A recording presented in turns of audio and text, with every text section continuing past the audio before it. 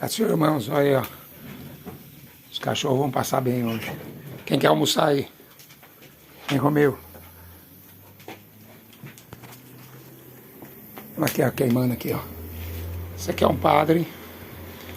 Aquele padre carismático, vai pra fogueira, né? Aquele padre que faz pregação igual de pastor, essas coisas, né? Umas folhas aqui. Vai tudo pra fogueira. A Igreja Católica mandou para milhares para fogueira. Mais um desse aqui que vai para fogueira também, do Adventista. Né? Não é muito grosso, tem que queimar aos poucos.